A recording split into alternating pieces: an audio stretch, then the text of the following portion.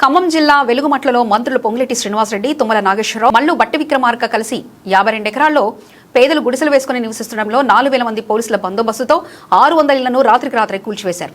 ఈ ఘటనతో సలోమి అనే ఒక అమ్మాయి తన పరీక్షలను వదిలేసి బుల్డోజర్లకు అడ్డుగా నిలబడింది. ఈరోజు యువత అంతా సలోమిని స్ఫూర్తిగా తీసుకుని పోరాడాలని తెలంగాణ ఉద్యమ సమయంలో వేణుగోపాల్ రెడ్డి, ఇషాంత్ రెడ్డి, సిరిపురం యాదయ్య లాంటి ఉద్యమకారుల ప్రాణత్యాగాల మీద ఏర్పడిన తెలంగాణ నేడు కాంగ్రెస్ దొంగల పాలైందని BRS general secretary RS Praveen Kumar అన్నారు. ఒక్కసారి జాగ్రత్తగా వినండి. నేను మార్చి 6వ తారీఖు నాడు నేను, కేటీఆర్ గారు, వద్దిరాజు రవిచంద్ర గారు, పువ్వాడ అజయ్ గారు వెలుగుమట్ల అనే ఒక గ్రామానికి పోయినాం. ఖమ్మం దగ్గర, ఖమ్మానికి 3 కిలోమీటర్ల దూరంలో ఉంటుంది. 52 ఎకరాల భూమిలో మనందరి సామాజిక వర్గాల నుంచి వచ్చిన ఎంతోమంది పేద ప్రజలు పొట్ట చేత పట్టుకొని పట్టణ ప్రాంతాలకు వచ్చి బతుకుదామని చెప్పేసి 60 గజాల్లో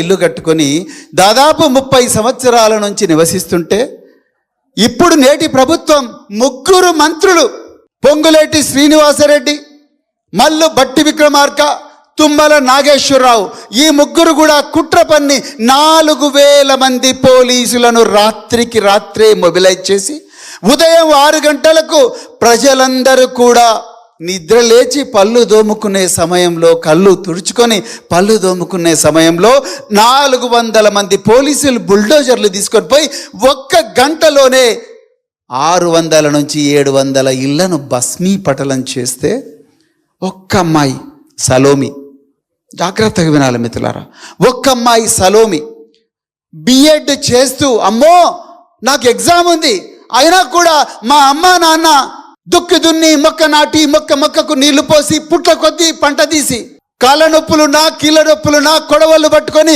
పొలాలలో కైకీలు చేసి పైసా కూడబెట్టి సంపాదించిన మా ఇల్లును పోలీసులు, ఈ 3 దుర్మార్గులు, మంత్రులు, దోపిడీదారులు వీళ్ళు మా ఇల్లును కూలగొడుతున్నారు. మా అమ్మా నాన్నకు అడ్డం పోవాలి, వాళ్ళను రక్షించుకోవాలి, మా ఇల్లును రక్షించుకోవాలని రాయబోయే ఎగ్జామ్ను కూడా వదిలేసి ఆ బిడ్డ అస్థి పంజరం లాంటి ఒక అమ్మాయి వచ్చి అడ్డుకున్నది, బుల్డోజర్లకు అడ్డంగా నిలబడ్డది. నా కళ్ళల్లో ఆ అమ్మాయి చెప్తుంటే నీళ్ళు వచ్చినాయి. ఎక్కడ పోయింది తెలంగాణ? ఎక్కడ పోయారు ఈ నవ యువకులు? ఎక్కడ పోయారు సిరిపురం యాదయ్య వారసులు?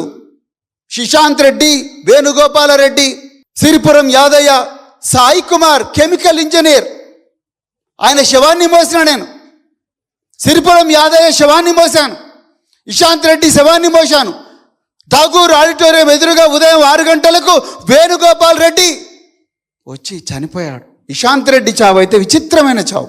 ఉస్మానియా యూనివర్సిటీ సెంట్రల్ లైబ్రరీ ఎదురుగా ఉదయం 6 గంటలకు ఉస్మానియా యూనివర్సిటీలో నేను పడుకొని ఉంటే మా ఏసీపీ రామచంద్రన్ వచ్చి, సార్ మన పెట్రోలింగ్ వాళ్ళు ఠాగూర్ ఆడిటోరియం ఎదురు ఒక శవం ఉంది సార్, ఆ శవం ఏందో అని అంటున్నారంటే మేము పోయి చూస్తే ఆ శవం దగ్గర ఒక చిట్టి దొరికింది. ఆ చిట్టిలో ఏముందయ్యా అంటే, పెద్దమ్మ తల్లి నీకు నేను మొక్కుకున్నా, నేను తెలంగాణ వ్యతిరేకులు నిజామాబాద్ బై ఎలక్షన్లలో ఓడిపోతే నేను నీకు ప్రాణం ఇస్తాని మాటిచ్చిన తల్లి, తెలంగాణ వ్యతిరేకులు ఓడిపోయినరు తల్లి, అందుకొరకే మాటిచ్చినట్టుగా నా ప్రాణాన్ని నీకు అర్పిస్తున్నానని చెప్పి ఠాగూర్ ఆడిటోరియం ఎదురుగా ఇషాంత్ రెడ్డి ప్రాణాలు తీసుకుంటారు. ఇషాంత్ రెడ్డి శవాన్ని మేము, ఎర్రోల సీను, బాలు, సుమను, కళ్యాణ్ రకరకాల పార్టీలకు పోయినరు. వచ్చి పెడమర్తి రవి, కళ్యాణ్, శ్రీకాంతరావు వీళ్ళందరూ అప్పుడు గొప్ప నాయకులు క్యాంపస్లో. ఇషాంక్, కొంగర మహేష్.